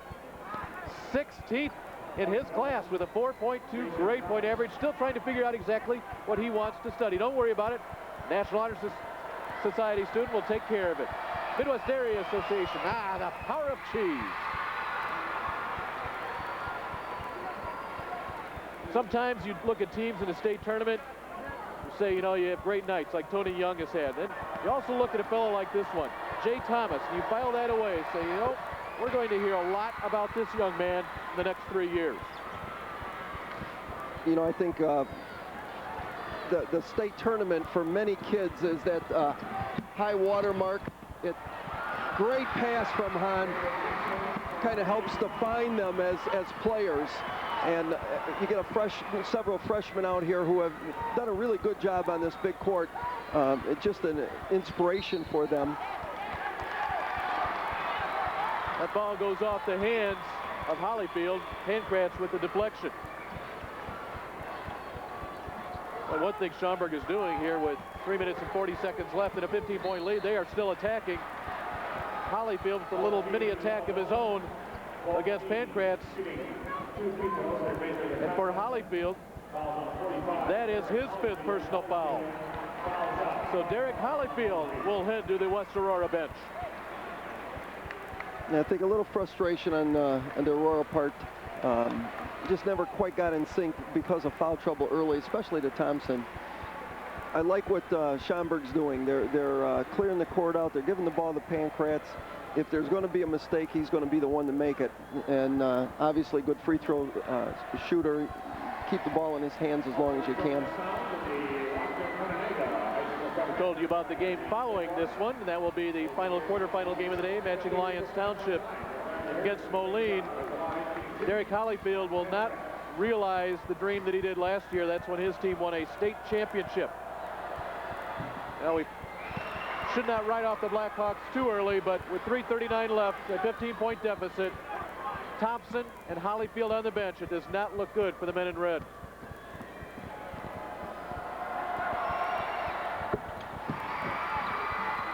.17 points now for Mark Pancratz.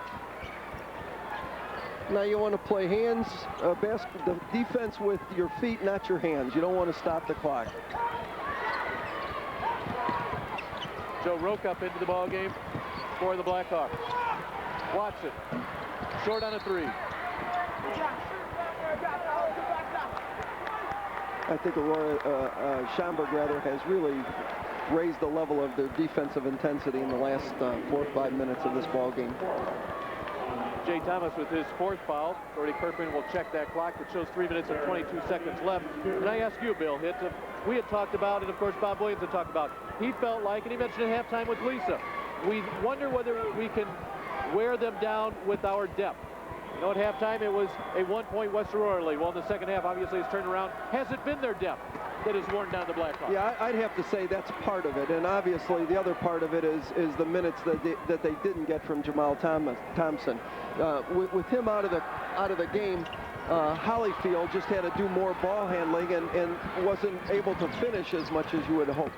But their defensive intensity, I haven't seen a letdown in 32 minutes.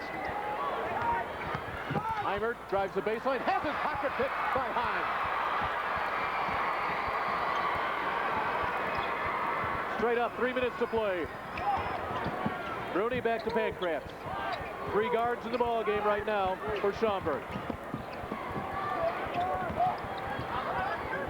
Walter to Pancratz. To the point and Hahn. Just running a little clock right now.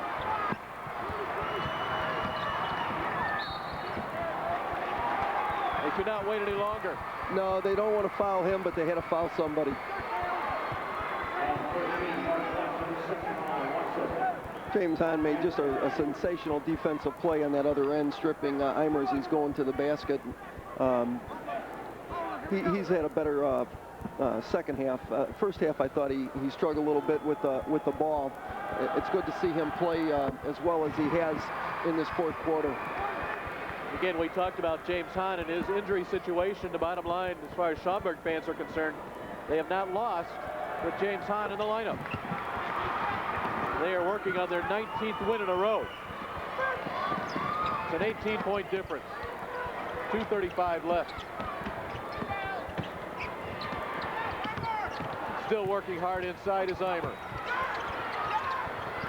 Thomas. And battle for that rebound. That was a great job out of Aurora keeping that ball going. 19 points for Jay Thomas.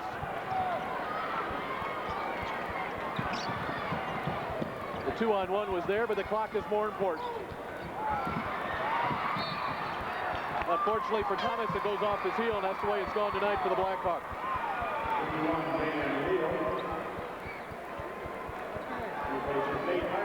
Eimer will leave, and replacing him will be yet another sophomore. That's Dan Reel. Timeout is taken on the floor. West Aurora came into this tournament 27-3, and you know that's a great record. They were ranked 6th in the state of Illinois. A lot of people you talk to said, you know, they're just not the same team as last year. How true that is. Every year it changes. That's the beauty of high school sports. But the bottom line is they made it down here. They navigated a tough road to get here. They ran into a buzzsaw, a second half buzzsaw here tonight in the form of the Schaumburg Saxons. Yeah, you know, you can't predict a lot of high school games.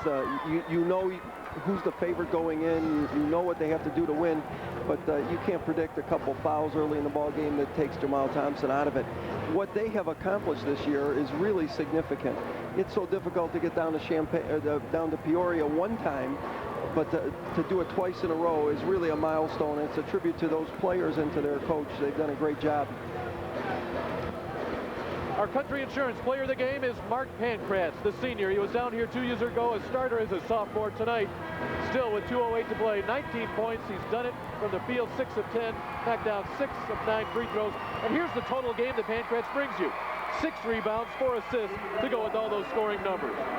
That's the type of leader he is, and that's why we mentioned earlier on that his team is 77-13 when he is on the floor. 77 wins and 13 losses the last 3 years. You know what I if you ask me the one thing about him, he's just so very strong with the ball. Clark sees the man handling it now. He'll get a chance to build on that 19-point total. was on Joe Roca.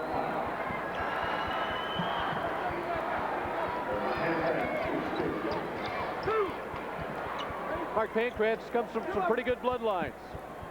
His dad is Andy, of course, the former star at Hersey High School, and then following that at DePaul University. His mother, Jeanette's the volleyball coach at Schaumburg.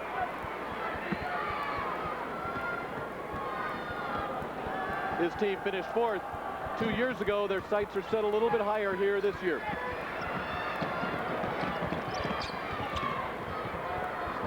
Thomas bombs away. Roca. Jenkins leaves that one a little short.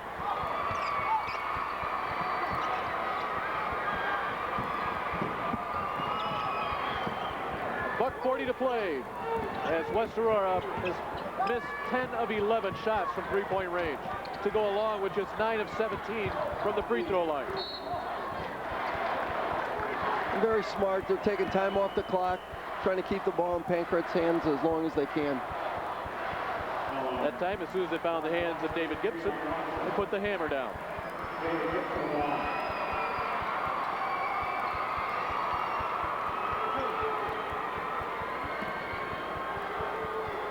Gibson will toe the line as both teams will start sending in some reserves. You know, ask any coach, ask any player, the hardest thing to do is to come down here and lose the first game. You kind of mope for the rest of the weekend, but it's a tremendous accomplishment just to get down here and be able to play in front of a crowd like this on TV against truly the best teams in the state. 9 different players have reached the scoring column tonight for Schaumburg. Marquise Hubbard into the ball game for West Aurora, joined by Jesse Brown. Also in is Thurston Hill. So Gordy Kirkman getting a lot of his young players into the game. Watson stays in. He has it now. We'll give it off to Hill. Marquise Hubbard with it. Little fadeaway jumper will not go for Brown.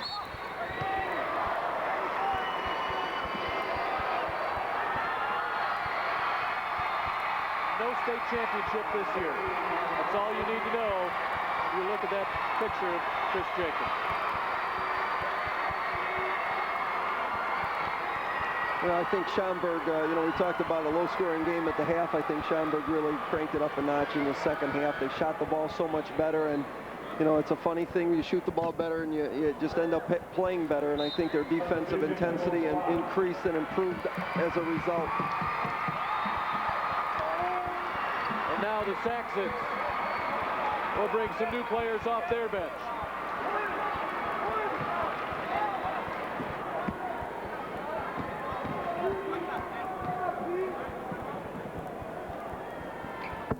Gibson makes this a 20-point game.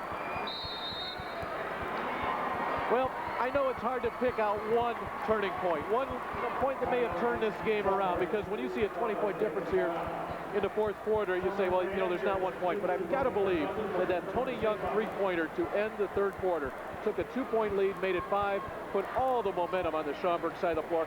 I've got to believe that was huge. Now, if he doesn't hit it, I don't know that the result is any different. But that's the way it looks from here. Young knocks it down. Yeah, Dave, I couldn't agree with you more. Those baskets at the end of quarters and halves are just destructive to your mental state of mind. And not too long after that, they had Thompson picks up his 5th foul, and you could watch Aurora West deflate a little bit. That shot was playing with a 5-point lead in the fourth quarter is so much different than playing with a 2-point lead. It just does so much to the game. Huge crowd here at Carver Arena for this evening session of the State AA quarterfinals. And this place will be filling up again tomorrow, and we invite you to join us as well. We get it started a little bit earlier tomorrow. Thornwood and Morgan Park will tip it off 11 o'clock in that first semifinal game. That will be followed by your Country Insurance 3-point showdown. Schaumburg versus, well, will either be Lyons or Moline in semifinal number 2. That to be followed immediately by the slam dunk contest. But that's not all. Tomorrow evening, we put it all together. Third place, championship, slam dunk, 3-point, King of the Hill. It all comes your way here in the IHSA Television Network. Schaumburg came here on a mission, maybe a little bit of magic as well. We had mentioned they survived an overtime game, an overtime win over Conant in the first game of the sectional. In fact, it took a Zach Pankratz bucket late in regulation to send that to overtime. Sometimes you get over that one little hurdle and you start believing yourself. And in fact, Bill, we're going to see a game here in game number 2 tonight involving a team that feels the same way, and that's Lions. They've won a couple of overtime games to get to Peoria. You know, I don't want to minimize super sectionals and quarterfinal games because obviously they're very, very important, and the talent that you're playing against is huge. But sometimes when you are playing those rivals of yours, you can be the better team and have all kinds of difficulty getting by them in a regional final or a sectional final. And I think Schaumburg struggled with that. I think the thing about Schaumburg also is they've had some health issues, and they're really, even though they are on, what, an 18-game win streak, they're still kind of getting all of their pieces together. And obviously in this ball game, they put many of them in the right place. Jesse Brown, a 5'10" sophomore, fouled on his way to the hoop.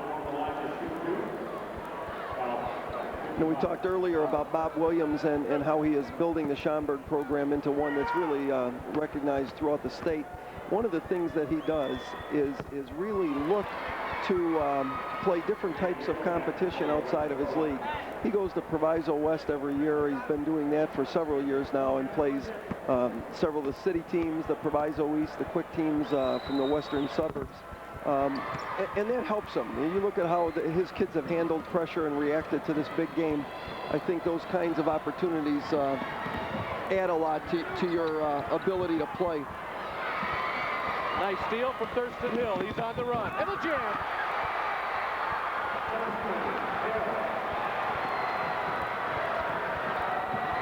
Kevin Pearson will give it off to Tom Burke.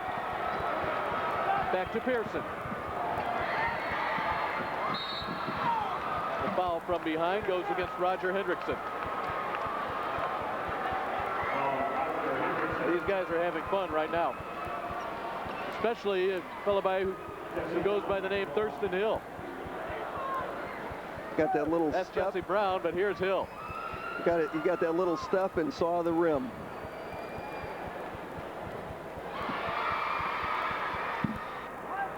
The only thing that would make that even more memorable for that young man is if his team was up by 14 instead of down by 14. 25 ticks to the clock remain, 64-51. Schaumburg the other way, the bounce inside. Hendrickson can't get it to go. Back down by Burke. Off the hands of Burke with 9 seconds left.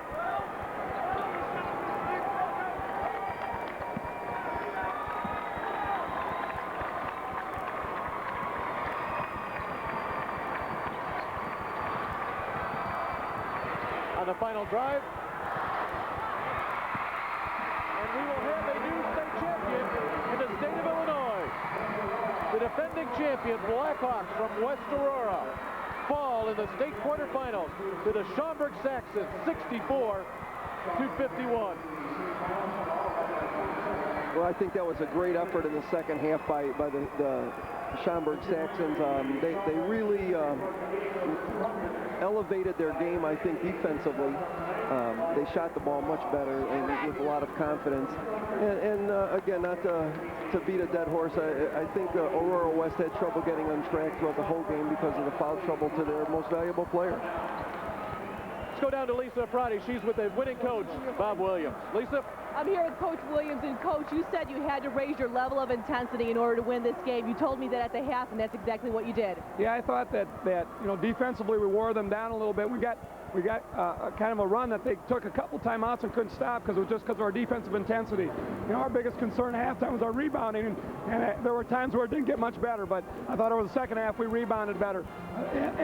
One of the biggest things I think is that we've got a real deep bench and we wore them down. And so they started getting a little bit of foul trouble and they had nowhere to go. So I was pretty happy with that. Well, between both teams, the turnovers were pretty unreal. West Aurora with 21, you with 20, but definitely you guys capitalized on it. Well, I think, you know, both programs are focused on defense. And West Aurora wins it last year, has a great season this year because they play defense. Schaumburg also plays defense. So I think we were kind of at a standoff there, so now something else had to break. Now, like I said, I thought our depth hurt them. Well, now you move on to tomorrow's semifinal round, either between Moline or Lyons Township. Do you know anything about either team? A little bit, but not enough to really talk about them yet, but we'll know a lot more when this game's over. Okay, thanks, Coach. Also joining me is Mark Pankratz, and Mark, you scored 20 points in tonight's game, and the one thing that your team did was they took Jamal Thompson out of the game. Yeah, we know he's a great player. He's an all-state caliber player, and that was a big thing for us when he got in foul trouble. We kind of made our runs, and that helped us out a lot. He's a real good player, and we just stayed to our game plan, I think, the whole game, which helped us out a lot. Also, defensively in the second half, you guys just really rose to a different level altogether, and you shut down West Aurora's offense. I think the big thing in the first half was that we weren't rebounding well, and we just wore him down late in the second half. We just keep coming at him.